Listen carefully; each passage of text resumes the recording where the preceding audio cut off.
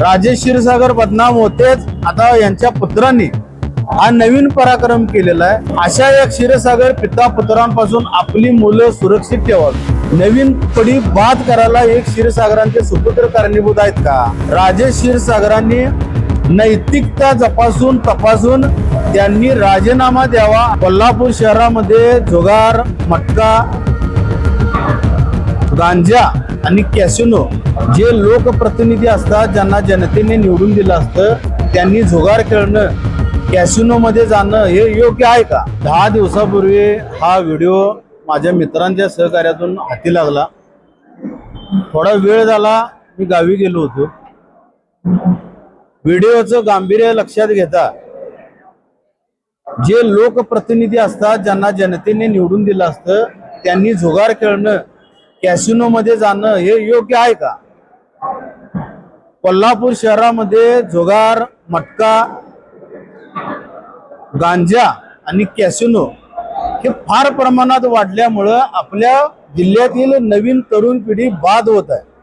नवीन पिढी बाद करायला एक क्षीरसागरांचे सुपुत्र कारणीभूत आहेत का? लोकप्रतिनिधींचा चिरंजीव जे स्वतः नगरसेवक आहेत ते अशा पद्धतीने चूक करतात आणि राजे क्षीरसागर त्याला खत पाणी घालतात। राजे क्षीरसागरांनी नैतिकता जपासून तपासून त्यांनी राजीनामा द्यावा अशी माझी आज मागणी आहे।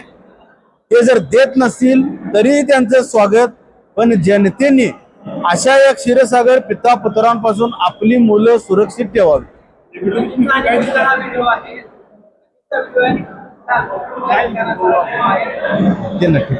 मी ठिकाण सांगत नाही, त्यांच्यावर आक्षेप नको, पण एकंदरीत 10 दिवसापूर्वी हा व्हिडिओ माझ्यापर्यंत पोहोचला माझ्या सहकाऱ्यांच्या माध्यमातून। पुन्हा एकदा सांगतो आपल्या मीडियाच्या माध्यमातून, जे पिता पुत्र आहेत ते पूर्ण बदनाम आहेत। राजे क्षीरसागर बदनाम होतेच, आता यांच्या पुत्रांनी हा नवीन पराक्रम केलेला आहे। धृतराष्ट्राच्या पोटाला दुर्योधनच येणार, तिथं कर्ण किंवा युधिष्ठिर किंवा अर्जुन कधी येणार नाही। या दुर्योधनाचे कृत्य आम्ही जनतेच्या पुढे उघड केलेलं आहे।